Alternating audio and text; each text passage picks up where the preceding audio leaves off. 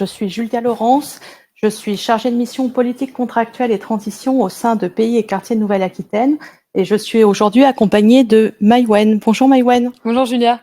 Donc oui, Maïwen Oden, chargée de mission développement territorial chez PQNA et merci à toutes et tous d'être présents aujourd'hui avec nous. Un petit mot sur PQNA, donc Pays et Quartiers de Nouvelle-Aquitaine, le centre de ressources de développement territorial de la région.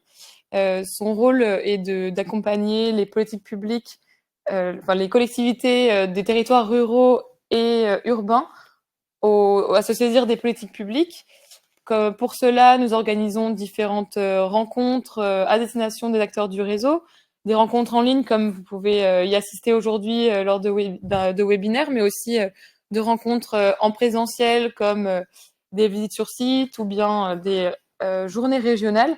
Nous avons aussi une plateforme numérique sur laquelle vous pouvez retrouver l'ensemble de nos ressources, comme des fiches expériences, des fiches outils, des études aussi et un ensemble d'événements que nous organisons. Donc n'hésitez pas à vous y rendre. Vous allez retrouver le lien dans le chat. Ce chat et ces questions qui sont modérées par notre collègue Pauline Châtelain. Donc merci à elle d'être là avec nous. Aujourd'hui, ce webinaire a pour sujet les transitions dans les contrats de territoire. Donc, par contrat de territoire, on entend les contrats pour la réussite de la transition écologique avec l'État, les contrats de développement et de transition avec la région, mais aussi les contrats proposés par l'ADEME, comme par exemple les contrats d'objectifs territoriaux.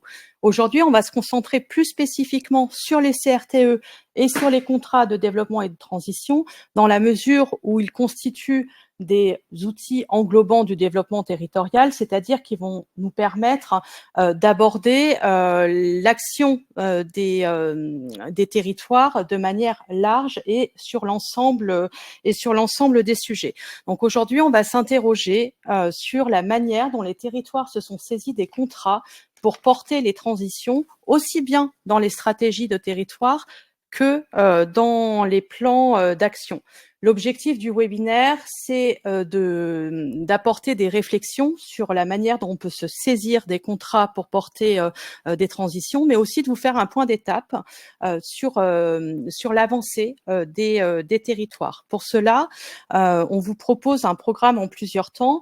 On va tout d'abord remettre en contexte l'action de PQNA sur le chantier territoire et transition. On recevra ensuite Daniel Compagnon, qui est enseignant-chercheur à Sciences Po Bordeaux et vice-président d'Acclimatera, qui nous parlera des transitions territoriales.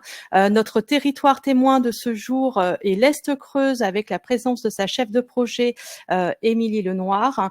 Nous bénéficierons ensuite d'un temps de regard croisé entre Daniel Compagnon et Émilie Lenoir pour mettre en avant ce qui a pu être dit dans chacune de leurs interventions. Et nous clôturerons ce webinaire par l'intervention de nos partenaires qui sont l'État, la région Nouvelle-Aquitaine et l'ADEME.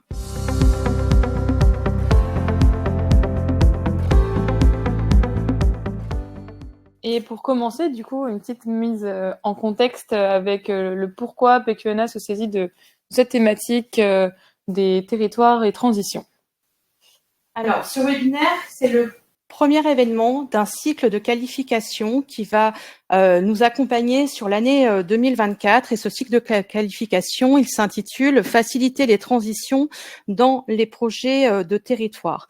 Donc, vous l'avez compris, PQNA réinvestit le champ des politiques contractuelles et y intègre les transitions dans la mesure où les politiques contractuelles conduites par l'État et par la région placent véritablement les transitions au cœur de leurs outils. Ce nouveau chantier, il bénéficie du soutien financier et technique de l'État, de la région Nouvelle-Aquitaine et de l'ADEME. Dans ce chantier, vraiment, l'objectif de PQNA, c'est de faciliter la mise en réseau, de permettre l'interconnaissance, de vous accompagner aussi dans le passage à l'action. Donc ça, c'est avec les ressources qui sont celles de PQNA, avec la capitalisation des bonnes pratiques, avec vraiment l'ambition d'acculturer pour comprendre les leviers des transitions. Ce sont finalement les missions du centre de ressources. Donc, considérant que les politiques contractuelles, elles constituent un des outils qui englobe le développement territorial, en s'intéressant aux politiques contractuelles et aux contrats, on vient s'intéresser aux transitions et à la manière dont les territoires s'en emparent. En Nouvelle-Aquitaine, les transitions, elles sont bien amorcées. Il n'en demeure pas moins des situations qui peuvent être assez contrastées entre les territoires. Et c'est dans cet objectif de pouvoir accompagner l'ensemble des territoires qu'on vous propose le cycle de qualification. Si on peut me mettre la diapo, s'il vous plaît. Voilà, donc là, vous avez le cycle de qualification qui s'affiche à l'écran. Donc, plusieurs temps de rencontres vous sont proposés, comme je vous le disais en introduction. On est là sur le lancement de ce cycle avec un webinaire qui est essentiellement dédié à l'ingénierie des territoires, avec cette question: comment les territoires se saisissent-ils des contrats pour marquer leur engagement dans les transitions? On aura 2 webinaires ensuite plus dédiés aux élus. Le premier au mois de mai, qui sera dédié à comment initier un projet de territoire en transition, et un autre au mois de novembre sur le pilotage d'un projet de territoire en transition. Ce cycle de qualification, il comporte également des visites sur site. Pour l'année 2024, nous vous en proposerons 2. La première au mois de juin sur la thématique des mobilités, et la seconde au mois d'octobre sur la question du vivant dans les projets de territoire. On aura aussi d'autres temps de rencontres, puisque au mois de mars se tiendra le forum des développeurs territoriaux, et à partir du 12 mars, on met en place des cafés de territoire, comme il peut y en avoir sur les autres animations thématiques de PQNA, pour permettre vraiment des temps de travail dédiés à l'ingénierie sur les questions que vous vous posez dans la conduite de vos politiques contractuelles et des sujets qui intéressent les transitions. Donc, l'objectif de ce cycle, c'est vraiment de soulever et d'apporter des éléments de réponse sur des questions, sur comment on s'engage dans les transitions, comment on pilote les projets, comment on co-construit les démarches, et comment on engage la participation des acteurs. Pour ce lancement de cycle, on tenait vraiment à pouvoir réunir l'ingénierie territoriale afin de remobiliser le réseau au sein de PQNA. Le contenu du cycle, il s'appuie aussi sur des travaux qui ont été menés en interne à PQNA, notamment au travers de 2 missions de stage. La première mission de stage en 2022, qui a été un véritable travail de préfiguration, qui s'est intéressé à savoir quels étaient les besoins des territoires pour être accompagnés sur les questions de transition. Le deuxième stage, qui a eu lieu à l'été 2023, lui s'est intéressé plutôt à l'analyse des contrats pour la réussite de la transition écologique et des contrats de développement et de transition, en essayant d'apporter des éléments sur la manière dont avaient été construits les projets de territoire, les stratégies territoriales, et comment cela avait été décliné dans les plans d'action des contrats. On va poursuivre la mise en contexte avec les éléments prégnants donc de cette analyse des CRTE et des contrats de développement et des transitions, parce que malgré une hétérogénéité certaine de l'état d'avancement des territoires en Nouvelle-Aquitaine, on a bien aussi des éléments qui nous montrent des priorités communes à l'ensemble des territoires.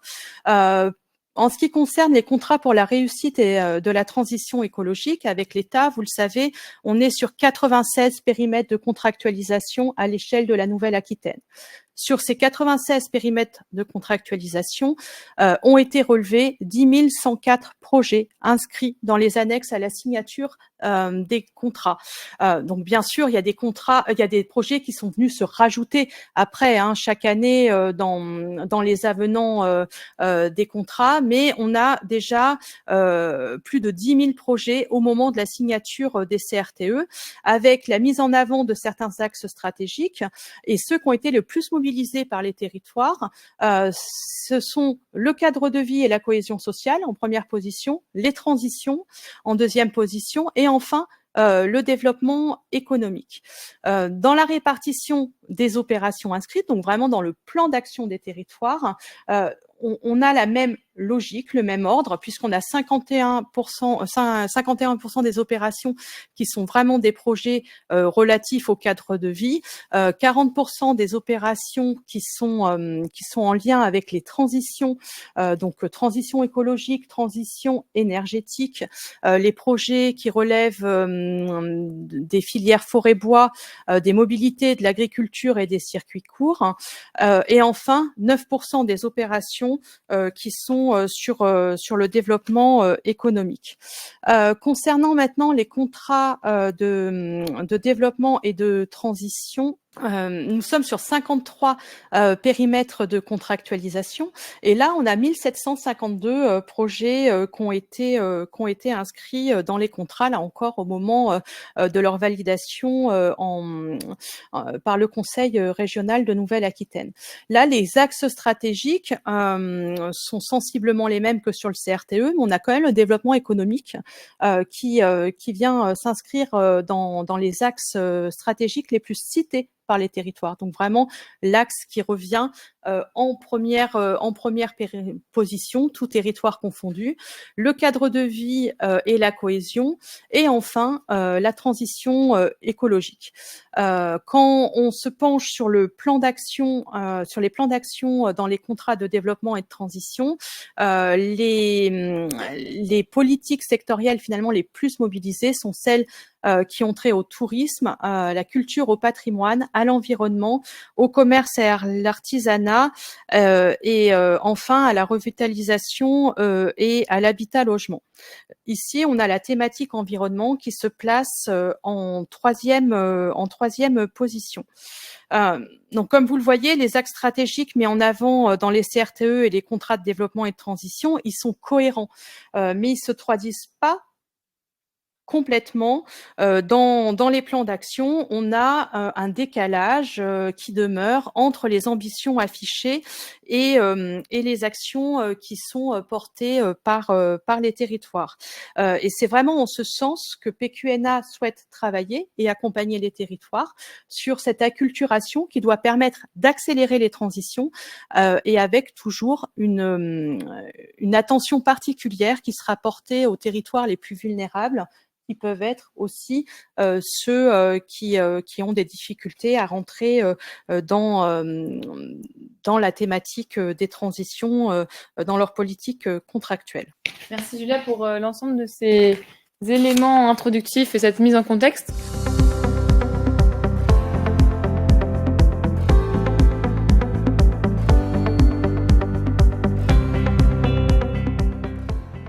Pour continuer les échanges, nous allons accueillir sur le plateau Daniel Compagnon, donc enseignant-chercheur à Sciences Po Bordeaux, et qui va venir nous apporter des réponses sur les questions de territorialisation des transitions.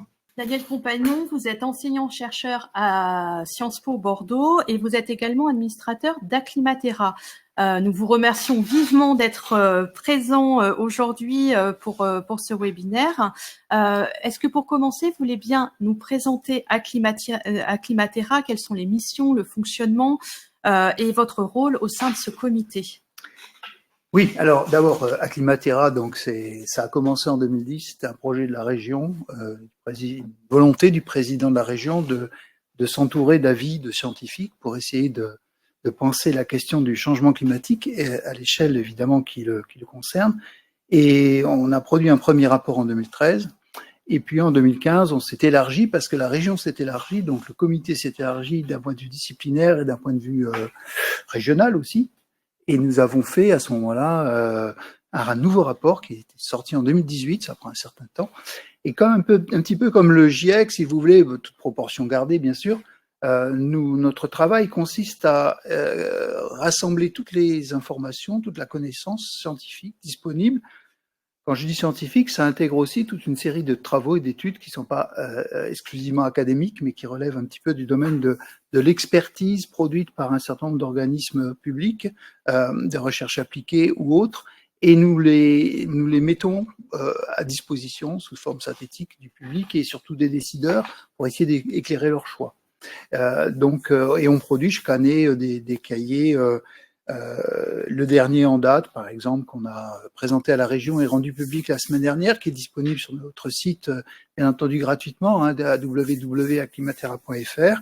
Eh bien, c'est sur la gestion quantitative de l'eau et les usages agricoles. Donc, ça renvoie évidemment à un certain nombre de questions qui sont dans le débat public au sens large et qui méritaient à notre sens un éclairage. Et moi, j'anime à la fois, j'ai copiloté ce cahier, mais j'anime aussi l'association en tant que vice-président pour la faire fonctionner au jour le jour. Et aujourd'hui, nous vous avons invité aussi pour nous apporter un éclairage, une prise de hauteur sur justement ce que sont les transitions dans les territoires. Quels sont aujourd'hui les enjeux qui s'imposent au territoire sur ce sujet? Oui, alors moi je parle de la Nouvelle-Aquitaine, je parle pas de territoire au sens abstrait. Les territoires auxquels nous avons affaire dans cette région, ils sont très divers, ils sont très nombreux, très riches et en termes d'économie, de géographie, en termes de ressources, en termes d'habitants aussi, avec des densités très variables. Et donc c'est très important d'abord de prendre en compte cet aspect-là, de prendre en compte aussi le fait que, alors je vais dire, je prêche pour ma paroisse d'une certaine façon, mais le changement climatique, il va être de plus en plus un élément définitionnel, un événement qui va transformer les conditions de vie, bien sûr d'abord, et puis d'activité économique et de qualité de vie dans nos territoires, que ce soit dans les zones urbaines ou les zones rurales. Un changement climatique, c'est pas seulement pour les autres, et on en voit déjà des effets très très importants dans la région Nouvelle-Aquitaine. Et donc c'est très important pour nous aussi de bien comprendre que tous ces éléments-là sont reliés entre eux. C'est-à-dire que quand vous annonciez le programme tout à l'heure, j'entendais parler du vivant dans les territoires, la question de la biodiversité, la question de l'avenir des espaces naturels, bien entendu.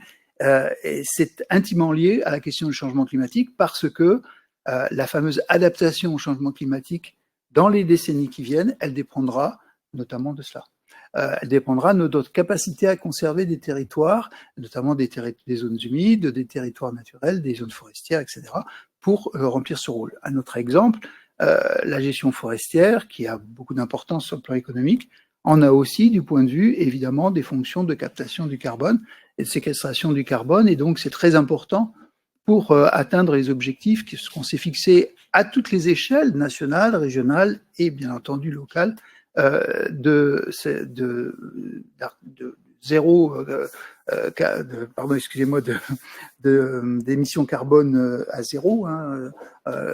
Donc cet objectif de ramener finalement des émissions soit à zéro, soit en les compensant par du stockage, eh bien c'est quelque chose qui doit être partagé par tous les échelons. Et de ce point de vue-là, la transition, pour moi, elle n'a de sens que si elle intègre aussi différents domaines. Alors, on pourrait continuer sur d'autres aspects, la production agricole et le changement climatique, l'avenir aussi des villes et de la vivabilité des villes, si je puis me permettre, et le changement climatique. Et là encore, il y a beaucoup de chemin à faire. Un exemple anecdotique, on est en train à Bordeaux de refaire la rue à côté de chez moi. Alors, on a tout cassé et on refait tout, c'est formidable. C'est tout aussi minéral qu'avant. Or, ça fait pas mal de temps, de décennies, on va dire même, que les spécialistes de l'adaptation au changement climatique en ville, et notamment des expériences conduites dans les pays d'Europe du Nord, montrent qu'il est important de réintroduire évidemment à la fois la végétation et l'élément humide dans ces surfaces urbaines, pour rendre justement la vie en ville en période de canicule, en période de vague de chaleur, supportable. Donc, je crois qu'il est difficile de séparer ces enjeux. C'est ça qui rend la transition difficile à penser, c'est qu'elle doit le penser à la fois dans son caractère transversal, de tous ces sujets qui sont liés entre eux. Elle doit être pensée dans sa dimension en multi-échelle, c'est-à-dire qu'on ne peut pas séparer l'échelon local des ambitions qu'on s'est fixées à d'autres échelles, notamment nationales. Un plan climat à l'échelle nationale, il n'est rien du tout s'il n'est pas ancré dans les territoires. Et on ne peut pas non plus se passer d'avoir une vision prospective sur plusieurs décennies. Et c'est là où on va rencontrer quelques difficultés, hein, c'est cette capacité à se projeter dans l'avenir et à penser non pas seulement les 5 ans qui viennent, mais les 10 ans, les 15 ans, les 20 ans, etc., jusqu'à la fin du siècle. Et ça crée évidemment une responsabilité collective très importante. Vous nous parliez de la nécessité de lier échelon local et échelon global. Là, aujourd'hui, nos interlocuteurs sont les territoires. Est-ce que vous pouvez nous dire pourquoi c'est primordial d'agir à l'échelon local? Pourquoi il faut absolument s'engager à l'échelon local en faveur des transitions? Parce que, encore une fois, prenons un peu de recul. Pourquoi dans la démarche législative et les éléments réglementaires qui l'accompagnent, la loi a imposé, par exemple, aux EPCI de faire des plans climat, air, énergie territoriaux pour toutes les EPCI de plus de 20 000 habitants et pour celles qui seraient volontaires par ailleurs. Parce que fondamentalement, la transformation que ça implique, sociale, économique, les travaux qu'il faut mettre en place, les projets qu'il faut développer, les infrastructures qu'il faut modifier, tout ça, c'est spatialisé, c'est territorialisé. S'il ne s'agissait que de changer Paris, vous voyez, on pourrait dire, bah voilà, c'est quelqu'un à Paris qui fait les choses. Mais en réalité, ça doit s'incarner concrètement dans les pratiques territoriales. Or, ces territoires auxquels nous sommes confrontés, ils sont extrêmement différents. Il y a une très grande variabilité territoriale, c'est-à-dire que les enjeux sont différents, les enjeux spécifiques de chaque territoire, les ressources disponibles évidemment sont différentes, la taille aussi, hein, je parlais de démographie tout à l'heure. Donc si on n'a pas une vision territorialisée de ces transitions, et en particulier dans le domaine climatique, ça ne se produira pas. Vous pouvez agir à l'échelle nationale, par exemple, sur des grands secteurs industriels, sur un certain nombre de politiques structurantes, sur des décisions qui relèvent de l'échelon national, par exemple, votre réseau autoroutier, mais il y a beaucoup d'autres domaines. On voit bien, par exemple, comment, jusqu'à ce qu'on implique davantage les territoires dans la démarche, la question de l'isolation des bâtiments, la question de concilier à la fois le confort thermique des habitations et isolation pour réduire les émissions de gaz à effet de serre, eh bien comment ça a patiné sérieusement. C'est-à-dire qu'on a fait des incitations fiscales, on a mis en place des instruments qui sont nationaux, hein, qui sont destinés aux particuliers, mais ça ne suffit pas. Et l'accompagnement que les territoires produisent, alors de façon évidemment inégalement performante, de ces changements est apparu de plus en plus décisif. Donc c'est vraiment un enjeu. C'est un enjeu, évidemment, quand on regarde même les domaines de l'atténuation, il y a beaucoup de territoires qui me disent « mais nous, on produit très peu de gaz à effet de serre. Pourquoi vous allez m'embêter avec vos histoires d'atténuation ?»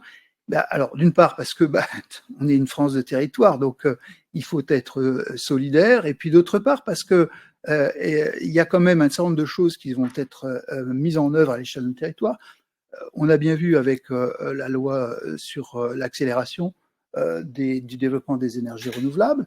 Eh bien, quel est l'enjeu de cette loi? C'est l'ancrage territorial de dispositifs de production d'énergie renouvelable qui sont par essence décentralisés, qui sont dispersés. Contrairement, par exemple, à une énergie comme le nucléaire qui est très concentrée. Donc, forcément, le nombre de territoires qui sont impliqués dans la démarche est beaucoup plus important et il faut que ça soit approprié par ces territoires.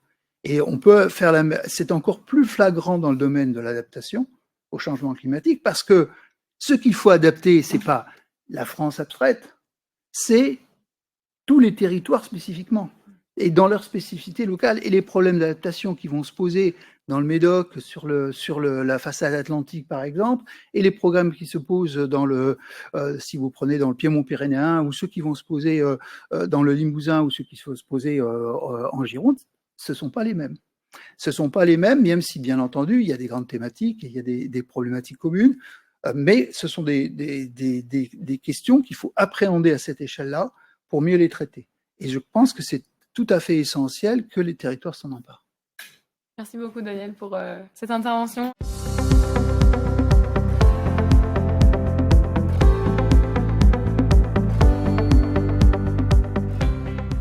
va accueillir avec nous pour donner un exemple aussi de territoire.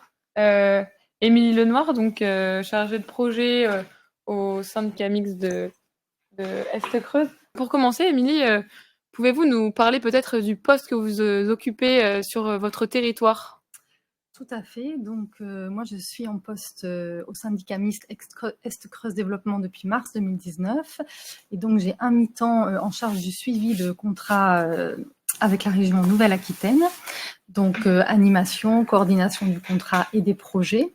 Et puis, mon autre mi-temps est sur une mission revitalisation des centres-bourgs, où là, je travaille avec un groupe de 25 communes du territoire sur 2 niveaux. Un suivi plutôt individualisé sur les projets de revitalisation et après une idée de mise en réseau, d'apport d'informations et de construction collective autour de la revitalisation. Merci. Merci Émilie, tu viens aujourd'hui témoigner du travail effectué en faveur des transitions sur le territoire Est-Creuse. Donc pour mieux cerner l'action sur les transitions, est-ce que avant qu'on aborde ce sujet-là, tu veux bien nous présenter ton territoire et nous dire la manière dont il s'est inscrit dans les différentes contractualisations qui étaient à votre disposition? Oui, donc alors Est-Creuse, voilà, c'est situé en Creuse déjà, quand même pour rappel, donc extrémité est de la région Nouvelle-Aquitaine. Pour vous situer, on est à 1h30 de Clermont-Ferrand, du coup côté Auvergne, et 1h30 de Limoges. Donc un secteur hyper rural. On travaille à l'échelle de 2 EPCI, 92 communes pour 31 000 habitants. Et au niveau des caractéristiques, donc un cadre de vie préservé, du fait de cette configuration, une déprise démographique, pas de polarité, ça c'est aussi une spécificité. Nous avons des bourgs-centres, 1000-1200 habitants maximum, et pas de polarité. Une économie tournée vers l'agriculture principalement, avec des TPE et quelques pépites aussi en termes de savoir-faire. Un développement touristique qui commence à être enclenché avec une station thermale Évaux-les-Bains, qui accueillera d'ailleurs le départ du Tour de France, une étape l'été prochain pour illustrer. Donc le syndicat s'inscrit sur cette configuration-là, un syndicat mixte, donc présidé par Monsieur Vincent Turpina, une équipe de 8 salariés, et où nous avons 3 missions principales, donc la mission leader, les contrats européens, une mission TEPOS, donc en faveur de la transition énergétique, et puis la contractualisation avec la région Nouvelle-Aquitaine que je vous évoquais. Et comment le territoire, à chaque fois, il a perçu ces contractualisations? Comment vous êtes rentré dedans? Quelles sont les opportunités dont vous vous saisissez quand vous allez sur les contractualisations? Pourquoi le territoire, à chaque fois, il s'inscrit? Tu as parlé de TEPOS, tu as parlé aussi des contractualisations Nouvelle-Aquitaine, les expériences que vous avez pu avoir 2018-2019 aussi, elles ont forgé un petit peu la feuille de route territoriale. Tout à fait. En fait, la contractualisation avec la région, ça a été une opportunité, on peut dire, pour le syndicat, puisque du coup, le nouveau cycle de contractualisation avec la région arrive en mars 2019, quand j'arrive sur le poste, et le syndicat vient d'être créé. Avant, en fait, il y avait un pays sous forme associative qui a été dissous en 2018. Et donc, du coup, la contractualisation région arrive au moment où le contrat se construit, nouvelle équipe politique, technique aussi qui se structure. Donc le contrat va être un véritable outil en fait, pour construire la stratégie du territoire, rentrer en dialogue avec l'ensemble des acteurs et construire du coup une feuille de route. Et pouvez-vous nous parler peut-être de la démarche de transition du territoire, plus précisément leur raconter quel a été le cheminement jusque-là? Par rapport aux transitions, du coup, l'Est-Creuse s'inscrit dans les transitions initialement à travers la démarche TEPOS, puisque du coup, c'est une démarche qui a été impulsée sur l'ancienne structure, le pays Combrailles en marche, dans les années 2015, où il y avait quelques projets niveau énergétique, des projets éoliens, un projet de réseau de chaleur, Mais à ce moment-là, l'ingénierie est une ingénierie généraliste. Et puis après, le pays va commencer à s'engager sur TEPCV, puis TEPOS. Donc là, on a un portage politique très, très fort. Il y a un élu qui incarne très bien ces questions-là, et un binôme aussi avec un technicien au pays. Du coup, la stratégie TEPOS se construit fin 2018-2019. Et puis, à ce moment-là, en même temps, un petit peu que le contrat région, il y a une équipe technique qui arrive, qui se structure. Et là, en complément de l'ingénierie plus généraliste sur le TEPOS, on va avoir du coup un collègue qui va arriver, qui va faire des prédiagnostics énergétiques. Donc, qui va principalement dans les collectivités, mais ça peut être aussi auprès des entreprises, pour évaluer la condition des bâtiments en termes d'isolation, changement de menuiserie. Donc ça, c'est vraiment un apport technique d'aide à la prise de décision. Et on a aussi maintenant une collègue qui travaille sur le fonds chaleur avec l'ADEME, donc qui accompagne les collectivités, les entreprises au changement du système de chauffage pour favoriser du coup les énergies renouvelables qui sont géothermie, solaire thermique et bois par exemple. Donc c'est une grosse ingénierie, un gros groupe qui s'est formé, donc tout au cours du temps bien sûr, mais qui aujourd'hui montre cette dynamique qui est inscrite du coup sur le territoire. Oui, exactement. C'est toute une structuration. Et du coup, peut-être pour rebondir aussi par rapport à cette structuration et la place du contrat, et ce que ça nous a apporté, puisque moi j'ai particulièrement cette vision-là, ça a été une méthode, comme je l'ai un petit peu évoqué tout à l'heure, puisque du coup le contrat, c'est des copiles, des cotèques, des fiches actions. Donc tout ça, c'est des temps de rencontre. Et ça permet vraiment aussi de fédérer le territoire, de construire ce commun, cette vision commune. Les fiches actions aussi, alors parfois ça peut être un peu pénible peut-être pour certains à écrire, mais c'est vraiment très intéressant pour faire passer, pour rentrer dans le projet, puisque souvent on est encore au stade d'idée. Et du coup, la rédaction de la fiche action, c'est une première étape. Dans cette fiche action, on fait le lien avec Neoterra. Donc du coup, déjà, on se pose des questions de manière plus globale sur le projet. Et un autre apport que je trouve aussi très intéressant sur les contractualisations, c'est ce double niveau d'action, c'est-à-dire une vision globale, stratégique, où on doit définir des enjeux, on doit définir une vision à long terme, plutôt réflexive. Et après, on a le concret, l'opérationnel, à travers le plan d'action. Donc pour moi, c'est vraiment trouver un équilibre entre ces deux niveaux d'action. Oui, c'est vraiment intéressant ce que tu dis, c'est que votre territoire, il a réussi à mettre en avant une stratégie territoriale qui est porteuse de transition et que vous avez aussi les actions qui vont en face. Ce plan d'action, la méthode de travail avec les communes, la manière de traduire, vous vous êtes appuyé sur des méthodes de travail particulières. Comment vous avez fait? Un travail de terrain, Ouais. Très simplement, vraiment un travail de terrain. On est très présent dans les collectivités, dans les mairies, auprès des secrétaires de mairie, des maires, dans les conseils municipaux, parfois aussi pour aller présenter des choses. C'est vraiment la clé d'un travail de terrain. Par exemple, le syndicat avait été sollicité pour accompagner les CRTE aussi. Et là, on a rencontré l'ensemble des communes du territoire. Et l'idée, c'est vraiment d'être à l'écoute, de prendre le projet, d'écouter l'élu ou d'écouter le porteur de projet, de recenser, d'accueillir vraiment toutes ces idées territoriales. Et donc sur les grands chantiers aujourd'hui qui forment le plan d'action de l'ensemble de ces acteurs de l'Est Creuse, on sait que vous travaillez aussi beaucoup sur l'économie, la revite, la filière noisette. Est-ce que tu peux un peu nous détailler ce plan d'action, nous dire les grands sujets et les actions qui peuvent être portées derrière et comment ça fait un tout en fait d'un territoire en transition? Oui, c'est vrai, effectivement, je vous ai parlé de la mission TEPOS, qui est une mission à part entière, mais qui est aussi très transversale avec les autres missions du contrat que tu viens d'évoquer, Julia. Dans le cadre de ce contrat, effectivement, on a 5 ETP quand même au total qui sont cofinancés par la région. 5 ETP, 5 du coup chargés de mission complémentaires avec chacun ses apports.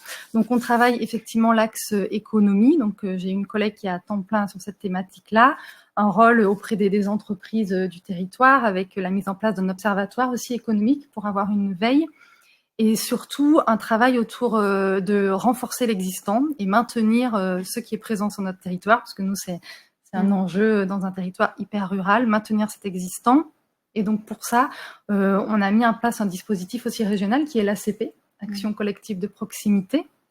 Donc un dispositif à la fois d'aide directe et d'action collective pour les TPE. Donc ça, c'est un premier volet. Le deuxième volet, effectivement, nous avons aussi une filière noisette. Alors pourquoi une filière noisette en Creuse? Donc ça, c'est en lien avec une spécialité locale, le gâteau le creusois. On s'est aperçu que du coup, peu de noisettes venaient quand même de Creuse. Donc l'idée, c'est de réimplanter des noisetiers pour avoir un réseau en circuit court. Donc là, on a une collègue aussi à temps plein dans le cadre d'un dispositif régional qui s'appelle développement de projets à fort potentiel. Donc, il y a 5 postes, il me semble, à l'échelle de la région Nouvelle-Aquitaine et un en Est-Creuse. Donc, on était très heureux de pouvoir en bénéficier. C'est une réelle opportunité pour nous. Et donc là, ma collègue travaille auprès des agriculteurs pour constituer un collectif pour la mutualisation d'outils. Et donc, la dernière mission, c'est celle que j'abordais tout à l'heure sur mon poste, revitalisation des centres-bourgs. Donc, comme je vous le disais, j'essaye de travailler à 2 niveaux, avec du coup ma collègue chargée de mission économie aussi là-dessus. On a un petit peu cette transversalité au sein des missions qu'on essaie de maintenir. Donc, 2 niveaux d'action, comme je le disais, la mise en réseau et aussi un accompagnement plus individualisé des communes. Pour illustrer des actions, par exemple, j'accompagne actuellement 2 communes de moins de 300 habitants qui se sont engagées dans une étude préalable à l'aménagement de leur centre-bourg. Donc ça, c'est quand même une petite pépite, on va dire, puisque du coup, on est sur des villages, moins de 300 habitants, et donc il y a vraiment tout un travail en amont où on se pose, où la population est associée, où se dit bon, qu'est-ce qu'on pourrait faire? C'est pas juste aménager la place, c'est qu'est-ce que je peux faire en termes de mobilité, comment je peux végétaliser, comment sera mon bourg demain. Donc voilà un petit peu une transition traduite sur le plan d'action. Donc on voit qu'il y a, en tout cas, il y a un effort sur aussi le fait de vouloir créer des passerelles entre les différentes actions et puis aussi le fait que vous ayez une double casquette un peu sur le territoire. Donc il y a comment ça s'articule toutes ces missions en transversalité sur votre démarche? Alors, beaucoup de communication. Ça, je crois que c'est très important. La communication entre nous, chargés de mission, parce que du coup, voilà, le contrat, c'est quand même 5 chargés de mission. Je le redis, ça, c'est important. Je pense cette diversité aussi des profils, des chargés de projet. Donc, beaucoup de communication, des liens très étroits avec notre chargé de mission territoire référent à la DATAR, qui est Arnaud Boulesté. Donc, un travail de proximité qui est fait avec lui, des échanges réguliers. Il y a vraiment une co-construction des projets. On a aussi ces mêmes interlocuteurs auprès de l'État. Un travail en réseau aussi, bien sûr, très présent. Après, on a aussi une spécificité en Est-Creuse au sein du syndicat, c'est qu'on n'a pas de direction. Donc, nous sommes 8 salariés et on est directement en relation avec l'équipe politique, les élus. Donc, on a une réunion de service 1 fois par semaine. Donc, ça aussi, peut-être joue sur la dynamique territoriale et en termes d'échange. Et pour rebondir aussi sur l'aspect transversalité que tu évoques, Maïwen, on essaie aussi beaucoup par exemple, la revitalisation. Je vous disais que je la travaille avec ma collègue en charge de l'économie, pour aborder une revitalisation par l'économie. Elle-même va travailler le sujet de la mobilité avec notre collègue qui travaille sur le TEPOS. Donc, on essaie vraiment aussi de co-construire à 2 les missions et accompagner les projets. Dans ce que tu nous dis là, Émilie, que ça soit par la configuration aussi de l'équipe et puis ce choix d'avoir des chargés de mission vraiment avec des thématiques fortes en faveur des transitions. Toi, en tant que chef de projet territorial, tu vois une évolution dans la manière de conduire les projets de territoire depuis ces dernières années? Ton positionnement en tant qu'agent de développement, celui de tes collègues? Alors moi, j'ai trouvé une différence entre le premier et le deuxième contrat, parce que du coup, c'est le deuxième contrat que j'accompagne en Est-Creuse. Le premier contrat, on avait besoin, comme je vous l'ai dit, on était en restructuration, le pays venait d'être créé, donc on avait vraiment besoin de rentrer en relation avec le territoire, que les acteurs nous connaissent, que nous aussi on connaisse bien ce territoire. Donc il y a le temps de la relation de confiance qui a dû s'instaurer. Et sur le deuxième contrat, on est beaucoup plus rentré rapidement dans le projet, puisque du coup la stratégie elle avait déjà été établie, donc on avait quand même un tronc commun qui a été repris par les élus. Donc beaucoup plus dans le projet, la relation de confiance. On est aussi identifié aujourd'hui au sein du syndicat, donc ça c'est une chance, et le contrat aussi est bien identifié. Donc l'importance que les actions et que tout ce processus, et notamment en faveur des transitions, s'inscrivent dans la durée. Merci beaucoup, Émilie, Merci. pour ce témoignage qui a été très riche.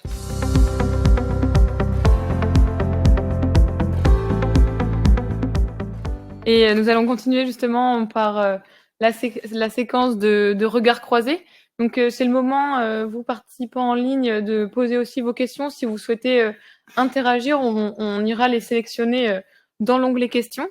Et donc, voilà. Oui, on va bénéficier donc d'un temps de regard croisé avec l'apport de témoignage d'Émilie et les apports de réflexion de Daniel Compagnon. Daniel Compagnon, j'ai envie de vous demander de réagir déjà dans un premier temps au témoignage du territoire Est-Creuse. Est-ce que ça se croise avec ce que vous observez sur les territoires de Nouvelle-Aquitaine? Quel regard vous portez sur la manière dont les territoires s'emparent des transitions dans leur démarche territoriale? Alors, je vais juste ajouter pour vos éditeurs que, en plus d'être vice-président de la Climatera, j'ai la chance de conduire une recherche actuellement sur l'action climatique à l'échelle locale avec mon collègue Andy Smith, et on compare 12 territoires de Nouvelle-Aquitaine et de 12 territoires d'Occitanie. Donc c'est vrai que ça permet d'avoir aussi, entre toutes ces expériences, toutes ces rencontres, des éléments, pas forcément une vue exhaustive. Alors, ma réaction d'abord, c'est, je trouve très intéressant le fait que l'articulation entre les élus et les chargés de mission, c'est très important. Alors, c'est une alchimie qui est propre à chaque territoire, qui est liée à la fois à l'organisation institutionnelle et à la fois aux relations personnelles, à la fois au dynamisme des élus, à leur vision. Donc ça, c'est très important parce que quand on a un schisme entre les deux, si vous voulez, ça fonctionne mal, quel que soit le talent et l'expérience des chargés de mission. La deuxième chose que je voudrais souligner, c'est qu'il y a toujours un élément d'expérience acquise, d'accumulation d'expérience. Donc, un enjeu important, c'est la pérennisation. Et un des problèmes que pose la démarche d'approche par projet et plus largement par contractualisation, c'est que souvent, ce sont des durées relativement courtes de mise en œuvre. Alors déjà, il faut arriver à faire jouer la mécanique de façon optimale. Et puis, au bout d'un moment, les financements s'arrêtent, donc les postes s'arrêtent, et puis la dynamique souvent s'arrête. Donc, il y a un facteur là aussi, un enjeu, je pense, par rapport aux transitions, parce que tout ce que je vous ai dit sur les transitions tout à l'heure, c'est la prise en compte du long terme. Pour moi, il n'y a pas de stratégie de transition sur un territoire, il n'y a pas de stratégie qui fonctionne de transition sur un territoire s'il n'y a pas une vision. C'est-à-dire si on n'est pas capable, entre les élus et les chargés de mission et leurs différents partenaires, de concevoir pour le territoire une vision de plus long terme, dans lequel s'inscrivent évidemment les étapes qu'on souhaite franchir. Et ça suppose qu'il y ait quand même une certaine pérennisation, sinon des moyens, en tout cas des dispositifs, des personnels, etc. Et très souvent, quand les contrats se terminent, s'ils sont de durée courte. Donc, on voit bien l'effet d'accumulation qui peut être intéressant. Et ça a été une des, par exemple, dans les territoires que j'ai suivis sur de PCAET, ça a été un des éléments décisifs, l'expérience TPOS, TEPCV, Citergy, donc maintenant COT dans le nouveau dispositif de l'ADEME, ça a été cette accumulation dans le temps a été aussi une montée en compétences, une acquisition d'expérience et souvent aussi une capacité à pérenniser un minimum de fonctionnalité dans la structure locale. Il faut pas en même temps, il faut pas se masquer aussi les difficultés qu'il peut y avoir. La difficulté à articuler les différents éléments. Par exemple, ici, un axe en Est-Creuse sur le développement économique. J'ai bien conscience que bien que ça soit sur le développement économique, il y a un certain nombre d'éléments qui sont pris en compte, qui relèvent des problématiques de transition écologique et changement climatique, mais c'est pas automatique, c'est-à-dire que c'est pas forcément les dispositifs de contractualisation qui induisent cela. Quelquefois c'est le cas, mais pas toujours. Donc attention aussi à cette intégration. En l'occurrence, il n'y a pas de PCAET obligatoire puisqu'on a à l'échelle des EPCI, on est en dessous du seuil des 20 000, mais ça veut dire que quand même, le changement climatique, il est là aussi, même s'il n'y a pas de PCAET obligatoire et qu'on n'a pas le même cadre que d'autres territoires voisins, par exemple, pour agir. Et ça, je crois que c'est important, dans ces cas, dans ces démarches-là, d'être capable, au niveau des charges d'émission, d'intégrer les facteurs qui n'ont pas un caractère obligatoire ou notamment qui ne sont pas une des conditionnalités de la contractualisation, de les intégrer là-dedans. Parce que sinon, je pense la noisette, je ne sais pas comment vous faites de la noisette, mais par exemple dans la vallée de la Garonne où il y a d'autres problématiques, notamment en termes de vagues de chaleur, en termes de sécheresse, c'est pas possible si on ne fait pas d'irrigation. Et ça va poser la question de la ressource en eau. Et cette question de la ressource en eau, qu'on a abordée dans le dernier cahier dont je parlais, à Climatera, on voit bien que c'est à la fois un enjeu important, c'est un enjeu écologique, c'est un enjeu agricole et agronomique. Et donc, il faut que les projets de développement territoriaux, ils soient pensés aussi en intégrant ces aspects. Non pas sous la forme de la contrainte absolue, de l'empêchement, on ne peut rien faire à cause des écolos, etc., mais sous la forme de comment on va intégrer cette contrainte-là pour améliorer les projets. Et ça, les dispositifs contractuels peuvent y aider, mais ils n'y aident pas s'il n'y a pas une vision dans le territoire, une forme d'intelligence collective, et qui associe aussi bien les élus, les parties prenantes et les chargés de mission. Quand vous nous parlez de vision pour le territoire et de cette nécessité aussi de pérenniser les actions en dehors des outils et des dispositifs financiers, vous nous parlez en fait d'acculturation, de culture de transition dans les territoires. Elle se construit comment cette culture des transitions? Alors, il y a deux dimensions, selon qu'on parle ou même trois, selon qu'on parle de la population, pour lesquels, dans un certain nombre de territoires, c'est encore des sujets neufs, dont on a vaguement entendu parler à la radio, mais sans trop penser que ça s'appliquait à son propre milieu vivant et à son propre environnement, etc. Il y a la problématique des chargés de mission. Alors, à cet égard, mon expérience sur le grand nombre de rencontres que j'ai faites depuis 2018 en Nouvelle-Aquitaine, c'est qu'il y a une grande majorité des chargés de mission dans les territoires, quel que soit le dispositif, quel que soit sur les spectres, disons, aménagement, urbanisme, développement durable, transition, face à des étiquettes de postes peuvent changer, énergie, climat, je trouve qu'il y a une très bonne acculturation à ces sujets-là, très supérieure à ce que j'attendais. J'arrive un peu en me disant, je prêche la bonne parole en tant qu'Aclimatera, et puis je m'aperçois que j'ai des interlocuteurs qui sont tout à fait au fait des sujets. En revanche, sur les élus, là, ça va être extrêmement différent d'un territoire à l'autre.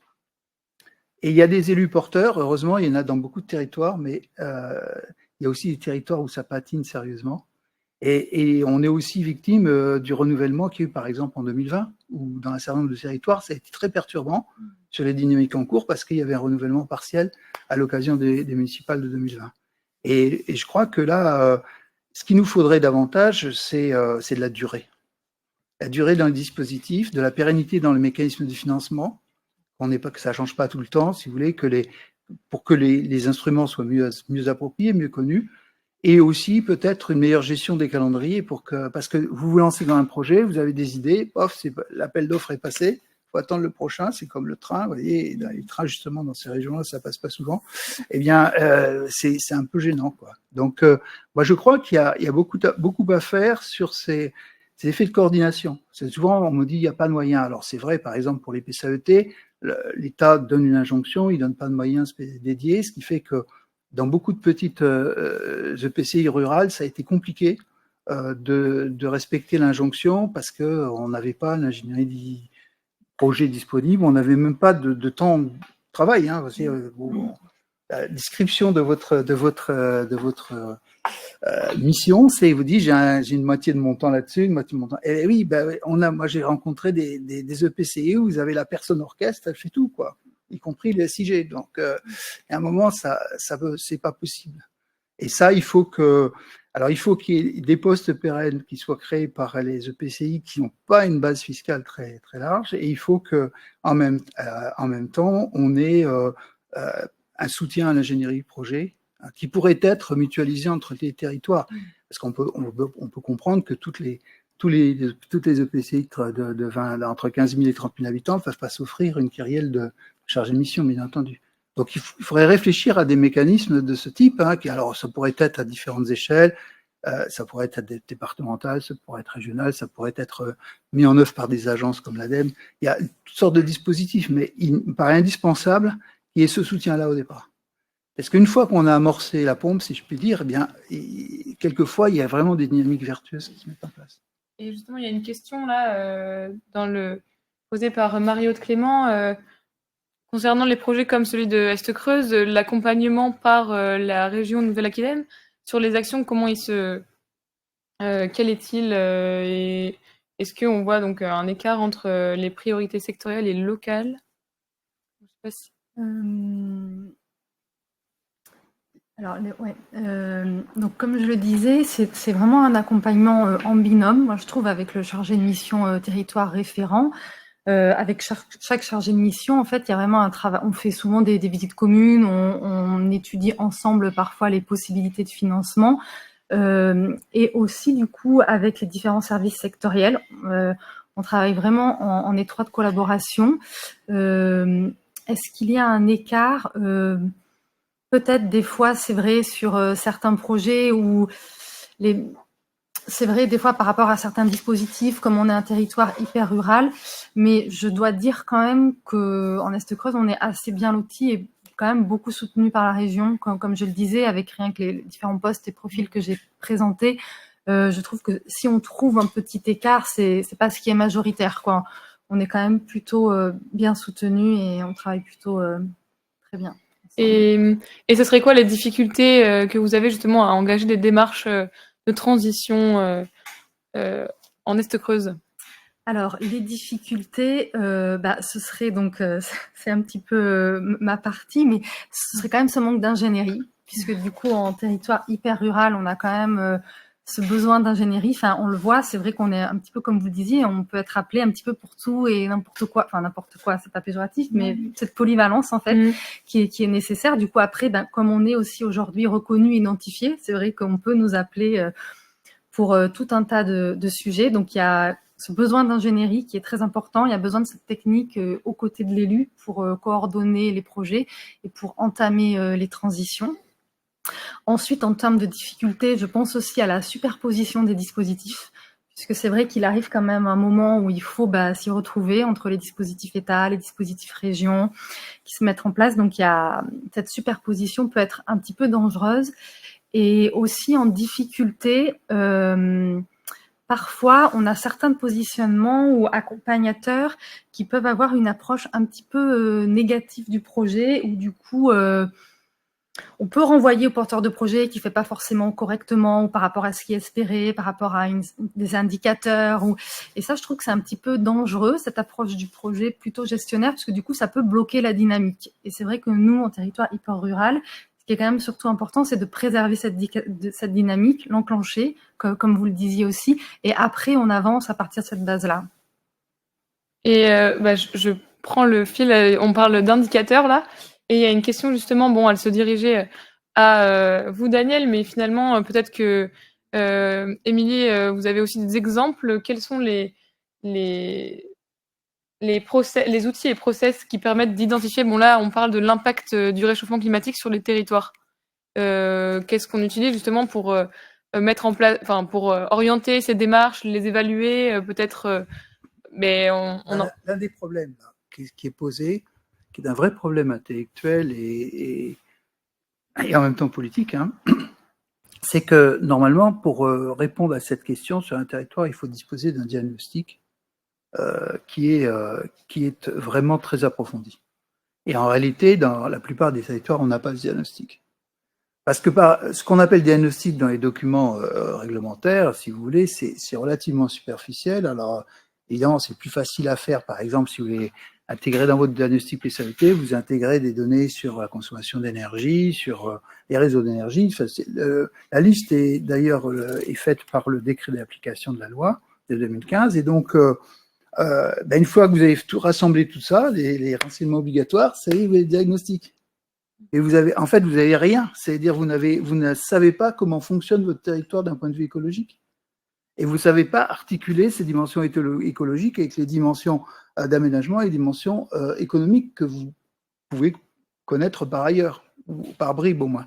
Et donc, la qualité du diagnostic, avant même de penser à indicateurs, c'est pour ça que les indicateurs de suivi, les indicateurs de réalisation sur les actions des PSAET et sur les actions de d'autres plans d'action sont souvent la partie faible. Les actions sont ambitieuses, mais après, les indicateurs, ils sont faibles. Pourquoi ils sont faibles? Et parce que déjà, pour avoir un bon indicateur, il faut avoir une bonne connaissance de la situation existante, de la situation au préalable.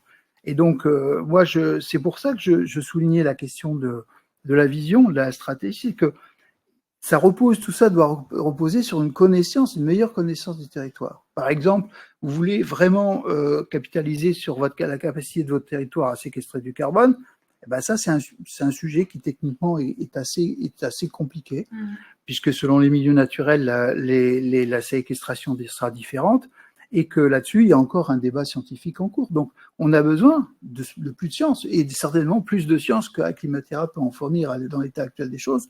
Et on a besoin d'approfondir cette connaissance territoriale des dimensions, des différentes dimensions écologiques pour pouvoir mieux appuyer justement les projets de développement. Si on veut avoir un développement qui soit compatible avec la préservation de ce capital pour les générations futures, pour avoir une meilleure capacité d'adaptation dans le futur, eh bien, il faut prendre le temps et prendre les efforts qu'il faut pour avoir ce bilan.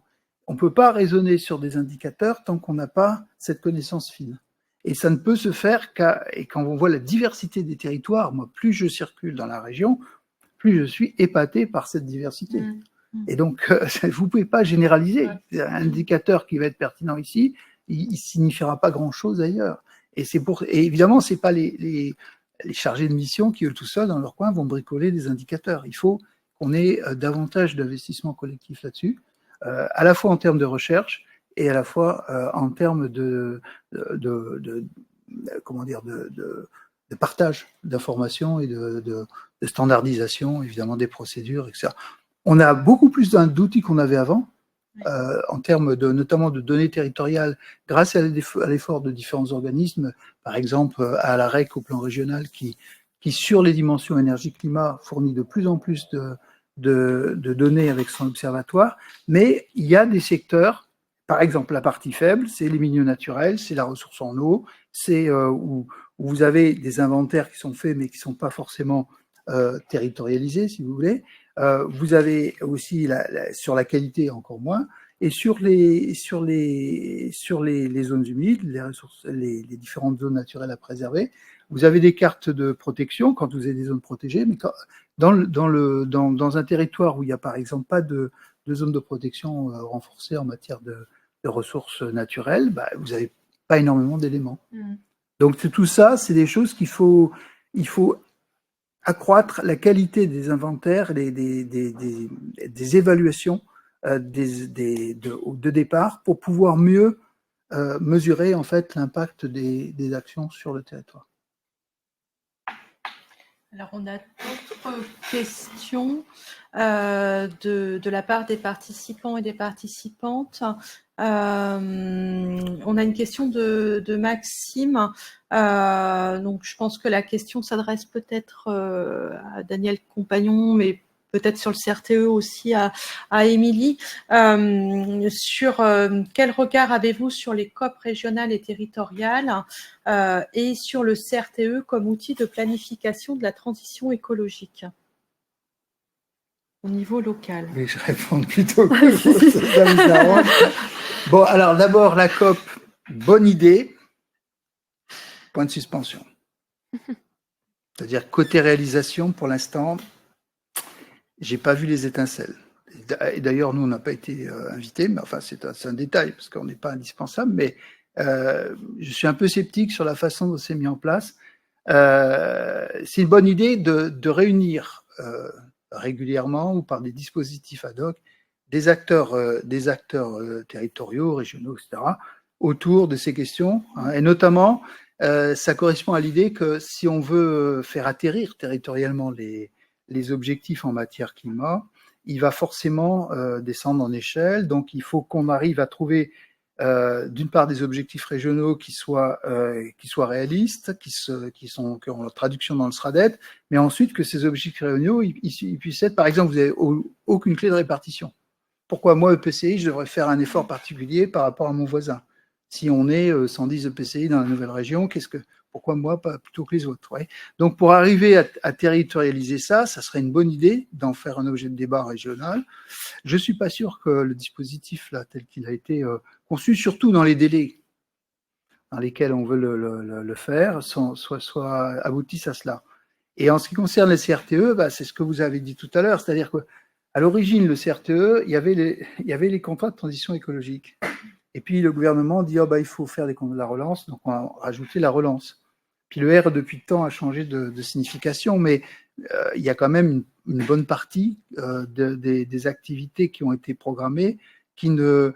C'est pas le fait que la transition écologique vienne en deuxième en termes de thématiques, c'est pas ça l'important. Le problème, c'est comment on articule les différents des projets qui ont été inscrits au titre des autres axes avec la question de la transition écologique. C'est-à-dire que le problème, c'est que ça doit pas être un contrat de développement territorial, économique et social et écologique et autre chose. Vous voyez, c'est le problème de l'intégration. Et je suis pas sûr que notamment dans la hâte initiale à vouloir valider des CRTE, on ait été extrêmement vigilant sur cette dimension d'intégration. Alors, ça ne veut pas dire du tout que je sois contre, hein. Simplement, laissons un peu de temps au temps, c'est-à-dire au fur et à mesure des CRTE qui sont validés ou renouvelés, qu'on améliore cet effort d'intégration. Moi, ce qui me gêne, c'est la tentation de remplacer des dispositifs par d'autres, avec les modes politiques et les changements de ministres, etc., et de ne pas donner le temps de l'évaluation de l'efficacité des dispositifs en place, et d'autre part, de la nécessaire appropriation par les acteurs. Parce que TEPO, ça a mis du temps à s'implanter, voilà. TEPCV, c'est passé comme une fusée, il fallait juste accrocher le maximum de choses pour récupérer, parce qu'il y avait pas mal d'argent. Quand on a fait travailler nos étudiants sur le bilan des TEPCV au niveau avec l'Adréal, le rapport est pas extrêmement encourageant, quoi. C'est-à-dire beaucoup d'argent pour des résultats globalement pris au niveau de la région qui sont pas totalement convaincants. Pourquoi? La hâte, toujours. C'est-à-dire cette espèce de frénésie.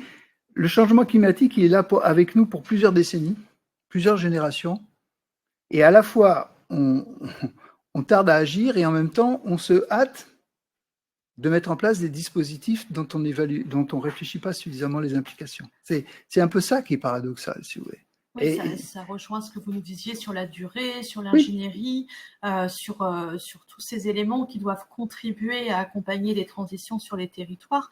Les leviers principaux dont ils peuvent se saisir aujourd'hui, parce que vous nous avez parlé de connaissances comme prérequis, aussi de prendre le temps, hein, on l'a entendu sur comment on se définit une stratégie territoriale qui répond aux grands enjeux.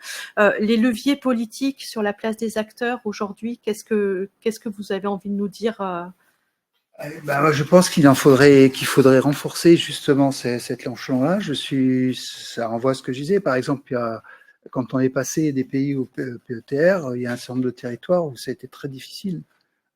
Alors, fallait-il absolument supprimer des pays pour faire progresser les choses, vous voyez? Et là, j'entendais récemment dans une mission d'information des sénateurs qui disaient on va revenir au département. Et là, je dis halte au feu, quoi, parce que on va pas s'amuser à faire du monopoly comme ça institutionnel en permanence. Laissons un peu de stabilité au système. Les EPCI, ils ont besoin de plus de moyens. Ils ont besoin d'être aidés justement dans toutes les démarches de planification qui supposent une prise en compte du temps. Et les ressources intellectuelles, indépendamment de la Climatera, bien entendu, il y en a beaucoup. Il y a beaucoup d'éléments disponibles, il y a beaucoup de supports de formation, il y a beaucoup de dispositifs. Une des difficultés qu'on a, c'est par exemple de la formation des élus, d'impliquer les élus dans ces questions-là. Nous, on propose chaque année un séminaire pour les collectivités locales de 2 jours de formation à ces questions. On a beaucoup plus de chargés de mission qui s'inscrivent que d'élus, hélas. Et les élus ont l'impression qu'ils n'ont jamais le temps, si vous voulez, que c'est pas, il y a d'autres urgences. Et je crois que c'est un problème parce qu'ils sont un maillon indispensable du dispositif et on a besoin de ça. Donc, fournir des ressources qui permettent sur la durée à ces acteurs d'agir de façon plus efficace, c'est peut-être plus important que de modifier les dispositifs à tout bout de champ. Et justement, sur le territoire Est-Creuse, vous avez une particularité de ne pas avoir de présidence, par exemple, d'avoir un lien direct avec les élus. Est-ce que vous partagez les remarques, les leviers mentionnés par Daniel sur ce sujet? Oui, le levier politique, tout à fait, il est primordial en fait. Oui, ça c'est un ancrage. À ce sujet, d'ailleurs, je précise qu'on fait aussi un très bon travail avec la chargée, l'élu de territoire référente, qui est Madame Marie-Hélène Michon, qui fait aussi un travail de terrain à nos côtés. Et c'est vrai que c'est un soutien indispensable pour mener à bien les politiques territoriales, les différents enjeux. Pour compléter aussi, je dirais qu'il y a vraiment la place de la structure. Quelle place aussi on donne à nos missions. Il faut aussi donner le temps d'aller rencontrer ce terrain, comme je l'évoquais tout à l'heure. Et je pense que notre rôle, en tout cas en tant que chargé de mission, dans ces leviers, il s'articule vraiment autour de 3 fonctions. Il y a d'abord cette qualité d'écoute en fait auprès du territoire et des acteurs, la fonction d'accompagner tout en étant vraiment à côté et accompagner du coup les acteurs vers autre chose, vers ces transitions, et puis aussi faire du lien. Comme vous le faites aussi à PQNA, fluidifier, faciliter, vraiment un rôle de facilitateur. Ok. Et je rebondis aussi sur le fait qu'il y avait... donc, c'est quoi les méthodes de travail du coup que vous mettez en place, vous, par rapport aux transitions sur votre territoire? Les méthodes de travail, du coup, j'ai évoqué tout à l'heure la transversalité, et aussi pour rebondir sur ce que vous disiez par rapport à la transition énergétique, que c'est pas quelque chose à part. Ça, du coup, c'est quelque chose qu'on incarne au syndicat. Par exemple, moi, dans le cadre de la revitalisation, je peux être sollicitée pour des problématiques de dernier commerce, donc réhabilitation d'une boulangerie, d'un restaurant. Et donc, à ce moment-là, je me rends en mairie ou auprès du porteur de projet avec le collègue TEPOX en charge des diagnostics énergétiques. Donc, on travaille vraiment ensemble et pas séparément, comme vous l'évoquiez. Ça, par exemple, c'est une méthode de travail. Ok. Et je prendrais bien peut-être une dernière question là. C'est à nouveau à vous, Émilie, qu'on s'adresse. Quelles sont vos interactions avec le dispositif territoire d'industrie sur le territoire de la Creuse, qui demande une collaboration étroite entre les collectivités et les entreprises industrielles, sachant que les axes définis pour le programme sont très liés à la transition écologique? Donc là, c'est ma collègue chargée de mission économie qui est en charge de cette question. Donc nous, on a une candidature départementale à territoire et industrie. Oui, territoire d'industrie, pardon. Et donc il y a des binômes qui ont été constitués, comme c'est mentionné dans la question, un élu, une entreprise pour chaque secteur de la Creuse. Et ça se met en place. Là, ça a été lancé à l'automne. Et la collaboration est vraiment là aussi parce qu'on a parmi l'équipe d'élus des anciens chefs d'entreprise. Donc, je pense aussi que ça influence la démarche, mais du coup, ça se met en place. Du coup, s'il y a d'autres questions plus précises, si vous voulez aller sur cette question-là, en Est-Creuse, je pourrais vous laisser les contacts de ma collègue aussi pour échanger. Oui, tout à fait, merci. On aura effectivement un nombre de ressources qui pourront être partagées ensuite à l'issue de ce webinaire. Merci à tous les deux. Vraiment un grand merci pour vos interventions qui permettent d'avoir une vision solide de ce qui se joue actuellement sur les territoires néo-aquitains en ce qui concerne les transitions. On va maintenant appeler nos partenaires État, région et ADEME pour le mot de la fin. Merci encore. Et pour les questions qui restent un peu en suspens, potentiellement dans l'onglet, on vous répondra via le prochain, via l'article qui sera mis en ligne sur le site de PQNA ou bien directement en nous contactant à nos adresses professionnelles. N'hésitez pas.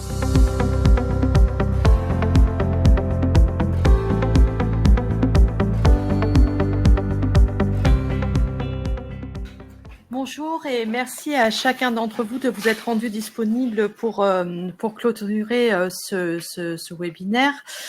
François-Xavier Leray, vous êtes le directeur de la cohésion et des initiatives territoriales Pôle Datar au Conseil régional Nouvelle-Aquitaine. Caroline Garot, vous êtes chargée de mission aménagement du territoire politique publique au sein du SGAR. Et enfin, Alain Besançon, vous assurez la coordination du pôle territoire durable et mobilité au sein de l'ADEME. Donc, on vous propose, là pour ce mot de la fin, comme on est sur le lancement vraiment de ce nouveau chantier territoire et transition, une question chacun, puis des questions collectives pour terminer, pour prendre le temps vraiment pour cette clôture. François-Xavier, on aimerait aussi entendre votre réaction au témoignage de la chef de projet de l'Est Creuse. C'est comme ça, à la Datar, que vous envisagez le travail des territoires dans cette manière un peu proactive d'aller sur les sujets et de pouvoir les décliner dans les contrats? Oui, tout à fait. Je trouve qu'il y a eu une conjugaison assez intéressante entre ce que disait Daniel Compagnon et ce que disait Émilie Lenoir. Conjonction assez intéressante de, en permanence, rattraper le slogan de la Datar, c'est-à-dire agir près et voir loin. Agir près, c'est-à-dire tenir compte des spécificités de chaque territoire. Et Émilie Lenoir nous a bien montré que la ruralité, dans son acception creusoise, était tout à fait intéressante et qu'elle présentait à la fois des vulnérabilités et des forces. Donc l'agir près doit tenir compte de cette spécificité territoriale, mais voir loin, c'est voir à deux échelles. Une échelle d'espace qui est une échelle qui correspond au territoire de proximité, mais aussi son inclusion dans un territoire plus large. Et ce territoire régional est un territoire plus large. C'est pour ça que nous, à la région, on essaye de prendre en considération cette échelle-là de territoire qui fait plutôt 4 EPCI en moyenne, plutôt que prendre une relation directe avec les 153 EPCI du territoire régional. Et aussi l'autre échelle, qui est l'échelle de temps, la temporalité d'agir immédiatement, mais aussi de penser chacun des objets dans sa perspective de transition. Daniel Compagnon a évoqué la transition climatique sur plusieurs décennies, et je trouve ça tout à fait intéressant d'imaginer justement que cet agir près, donc dans l'immédiat, va servir en fait la stratégie du territoire dans l'agir loin, c'est-à-dire dans 10 ans, 20 ans, 30 ans, 50 ans.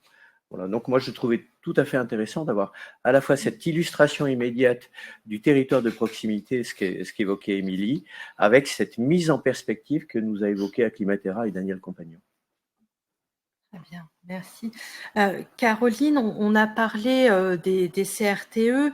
Ils sont quand même construits sur des démarches différenciées, ascendantes, qui ont vraiment permis aux collectivités d'affirmer leurs priorités et aussi de s'interroger sur la construction des projets de territoire. Il y a eu des accompagnements à NCT qui ont pu être mobilisés sur ces questions-là.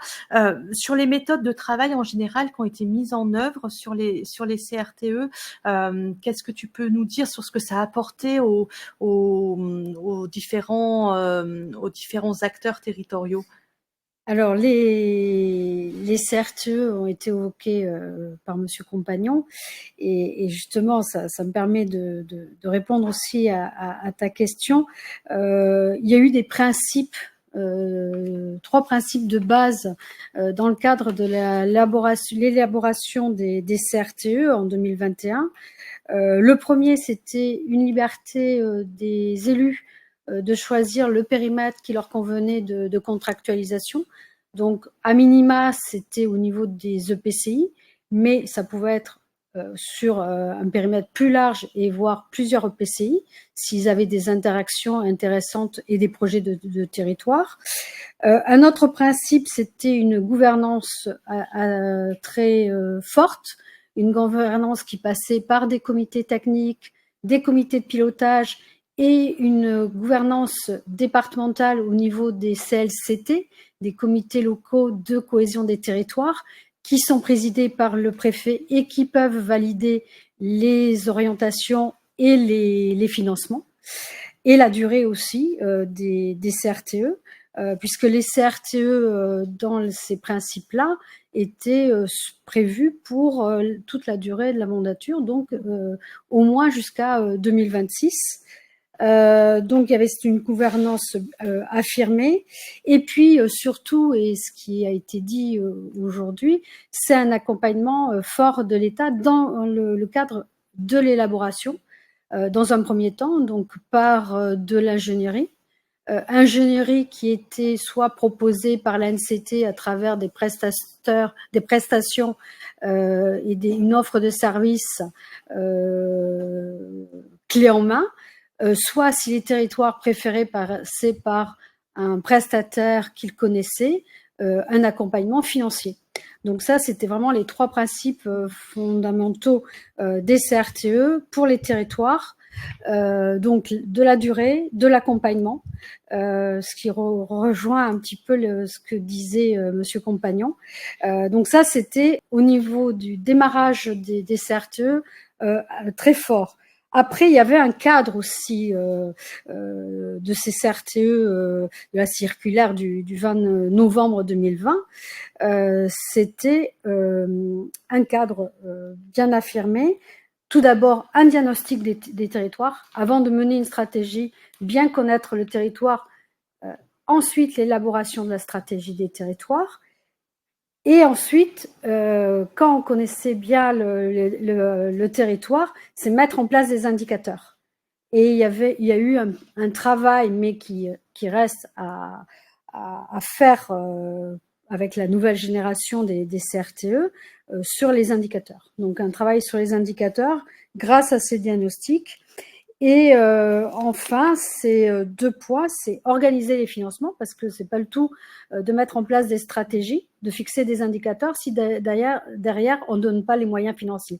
Moyens financiers à travers les budgets de l'État, mais pas seulement, puisque les CRTE, c'est aussi le cadre où on réunit les différents partenaires, la région, les départements, les conseils départementaux, et puis tous les opérateurs, l'ADEME, le CRMA, la Banque des territoires. Tout le monde est autour de la table et fait partie de cette gouvernance bien affirmée, donc au sein des comités de pilotage et les comités techniques aussi, l'appui, et ça fait partie de l'accompagnement, l'appui des services techniques de l'État dans l'élaboration de ces CRTE et enfin donc favoriser la coopération avec les membres justement des CRTE et la coopération éventuellement interdépartementale, intercommunalité et voir avec d'autres départements. Voilà, ça c'était vraiment les fondamentaux des CRTE. Et cette base qui avait été inscrite au sein donc de la circulaire du 20 novembre sert de cadre pour les contrats de la réussite pour la transition écologique. On ne casse pas ce qui existe, on garde ce cadre, on va l'améliorer parce que il y avait aussi dans ces bases des CRTE en 2020 le fait qu'ils soient enrichis au fil du temps en fonction de l'évolution de la stratégie, en fonction de l'évolution des financements. Donc il y avait possibilité de faire des clauses de revoyure, également possibles aujourd'hui avec les contrats de la réussite pour la transition écologique. Très bien.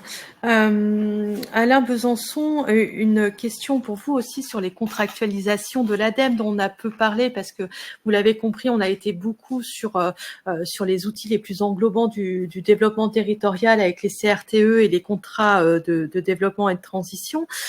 Comment les dispositifs contractuels de l'ADEME ils s'inscrivent dans cette approche territoriale? Qu'est-ce que vous pouvez nous en dire de ces contractualisations? Alors, nous, effectivement, on vient en appui de ces contrats, alors essentiellement des CRTE. En tout cas, on utilise ce périmètre-là. Voilà, nos contrats respectent en général le périmètre des CRTE.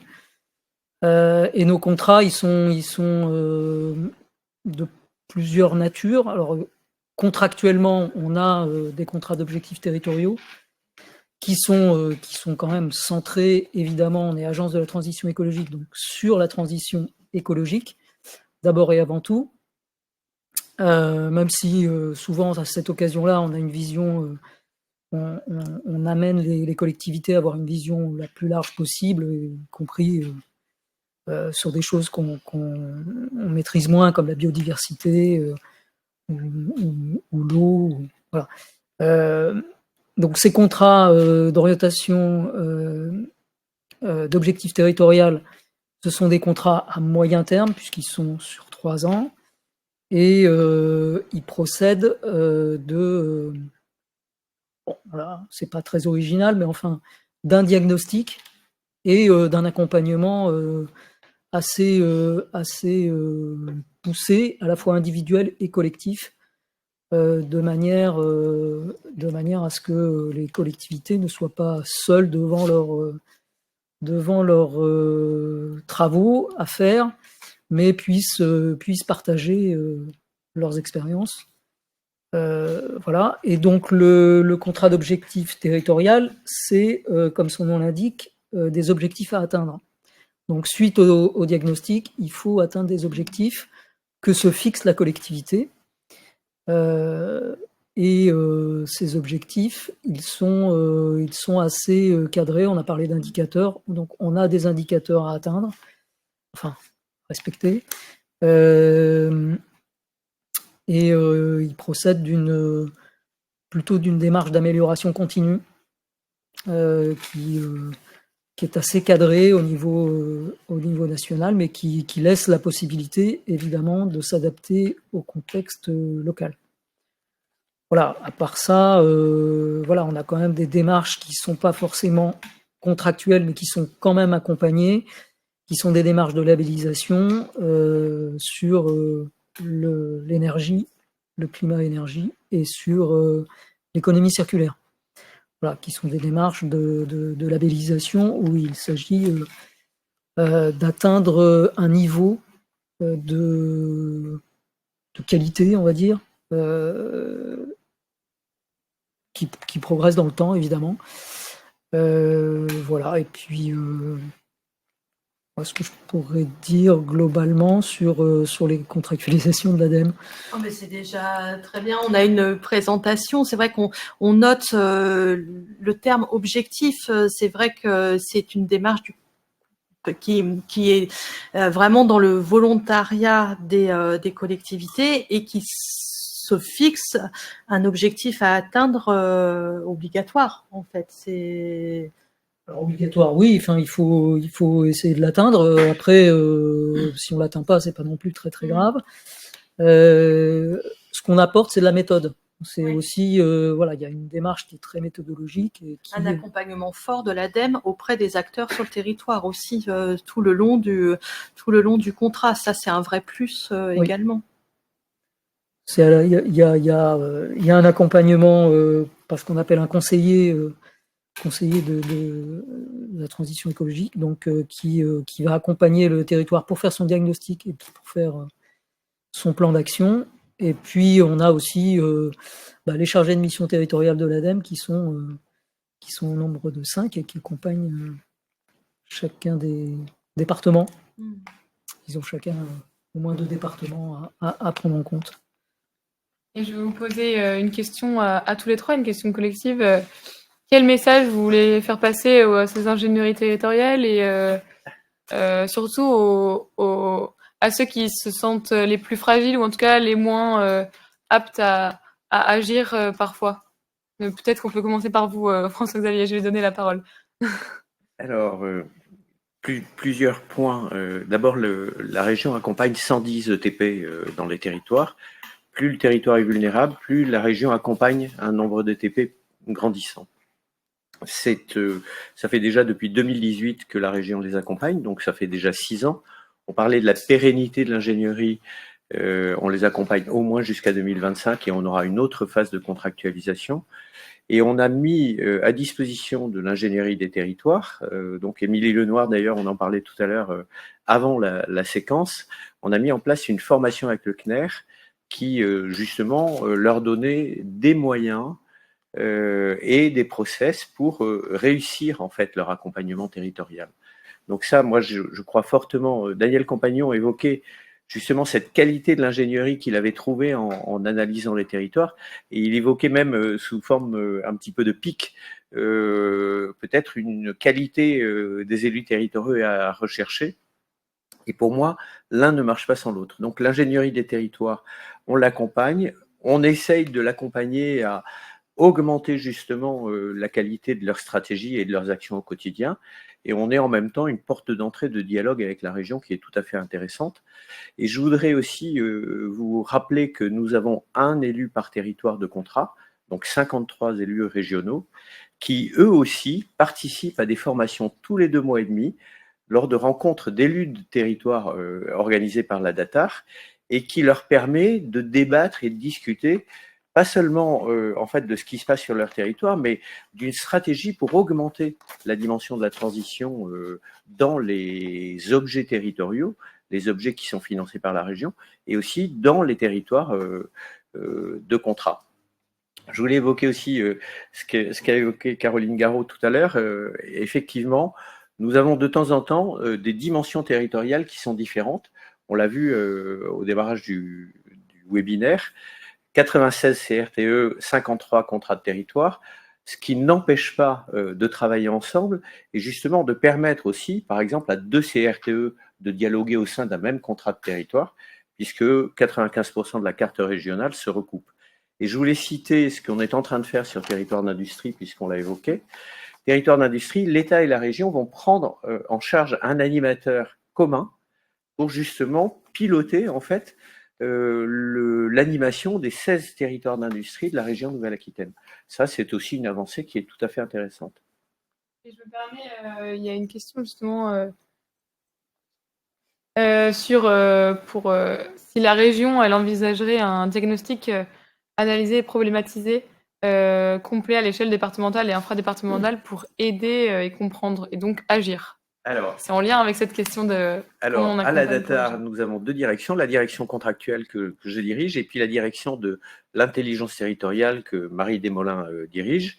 Et dans cette direction de l'intelligence territoriale, il y a le service prospective et le service cartographie qui sont de plus en plus au service justement de cette question de l'analyse et du diagnostic.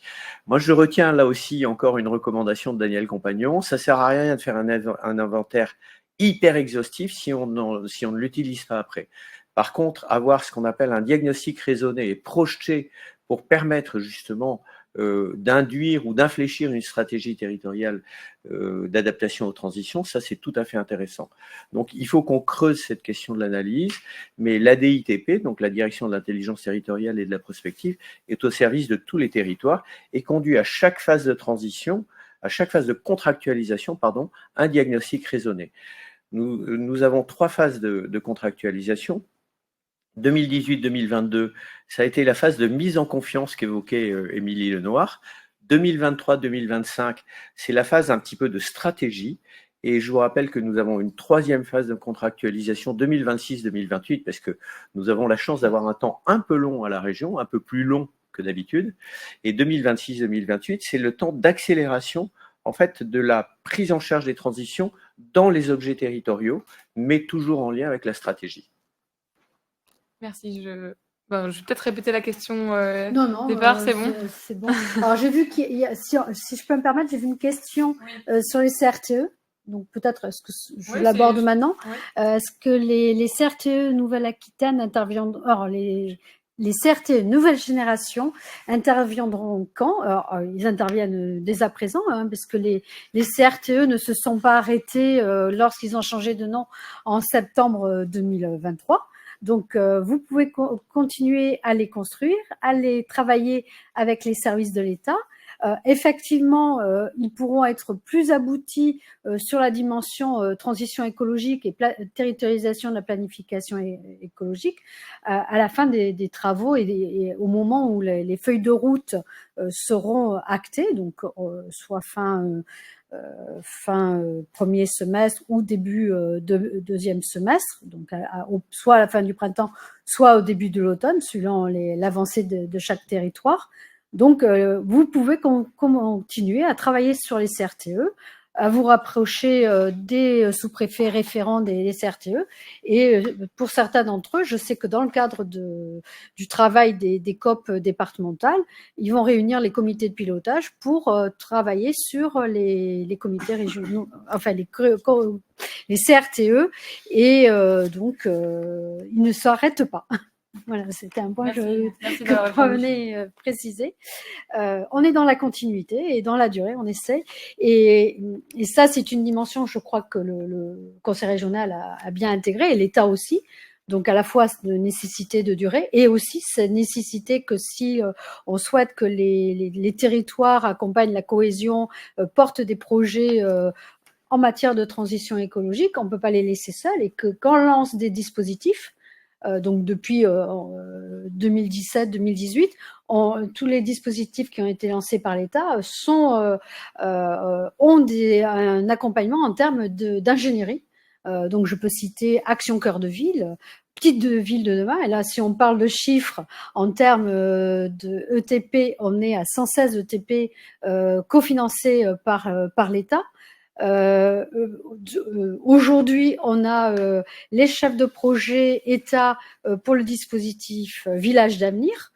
Et puis, on a l'ANCT qui propose de l'ingénierie qui a été mise en œuvre dans le cadre de l'élaboration des CRTE, mais également qui peut être utilisée pour les territoires. Alors, les territoires qui bénéficient de dispositifs, Action Cœur de Ville, Petite Ville de demain, Village d'avenir, mais vous allez me dire les autres aussi peuvent en bénéficier. Et dernièrement, je vous parle tout le temps de circulaire, mais c'est un peu la base et en avoir connaissance. On a une circulaire qui est sortie le 28 décembre dernier, qui précise tous les éléments en matière d'ingénierie et qui sont aujourd'hui à la main des préfets pour mettre en place cette nouvelle ingénierie et surtout faire connaître l'ingénierie qui est portée par l'État, mais pas seulement, aussi par les acteurs privés, les autres acteurs, le Conseil régional, l'ADEME. Voilà, c'est vraiment un travail en commun et l'ingénierie. Donc, ce qui manque, donc il va y avoir ce travail en commun, mais aussi la diffusion de l'information. Donc, on compte sur PQNA, mais également il va y avoir des forums qui vont être organisés dans les départements par les préfets pour faire connaître, pour réunir tous les faiseurs d'ingénierie et pour les faire connaître au territoire. Et puis l'État aussi a un référent dans chaque département, c'est le référent ruralité. La liste 2023 avait été donnée à PQNA. Elle est diffusée au sein des sites internet des préfectures, mais la nouvelle liste, puisqu'il y a des mouvements, comme vous le savez, des membres du corps préfectoral, qui pour l'année 2024, et soit vous contactez vos sous-préfets territorialement compétents de votre territoire, soit vous passez par les référents, donc ruralité, sous-préfets référents ruralité, qui eux ont une compétence départementale et pourront donc vous informer sur l'ingénierie. Et surtout, même si vous n'êtes pas sur des dispositifs, sachez que l'ingénierie est pour tous et pas seulement pour ceux qui sont PVD, Village d'avenir ou Action Cœur de Ville. Merci Caroline.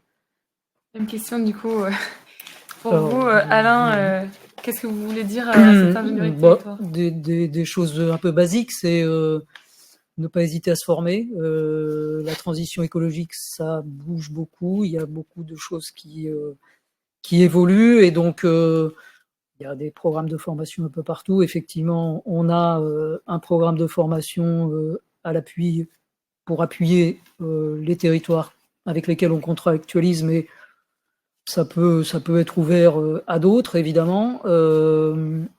Et puis, je dirais deux autres points. Peut-être ne pas rester tout seul, c'est essayer de travailler avec ses voisins. Voilà, c'est vrai qu'il y a des territoires qui sont quand même relativement petits, donc ça, c'est le témoignage d'Est-Creuse est assez éclairant à cet égard. Et puis le troisième petit point que j'ai envie de dire, c'est ne pas hésiter à expérimenter, à tester un certain nombre de...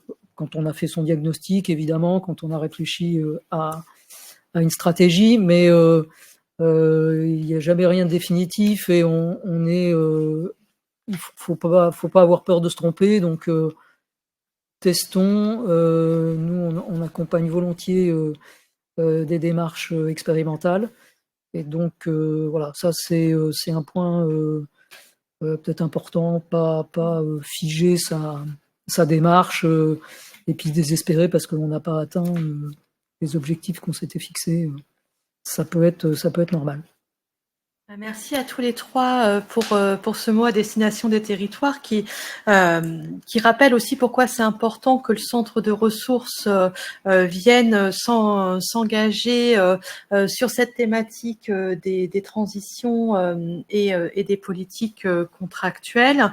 Merci à tous les participants et les participantes aujourd'hui.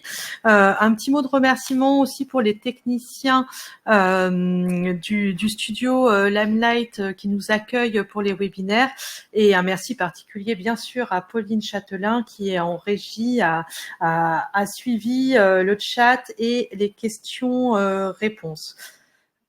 Je voulais peut-être ajouter le mot de la fin pour dire que ce webinaire sera en replay du coup sur notre chaîne YouTube une fois qu'il sera monté. On aura aussi un article qui accompagnera ce webinaire afin qu'on vous récapitule les points clés sur nos échanges et surtout on vous propose de suivre l'agenda aussi PQNA qui commence à se charger avec notamment en mars peut-être donc le Café des territoires, il y avait eu un premier groupe de travail territoire et transition au mois de décembre.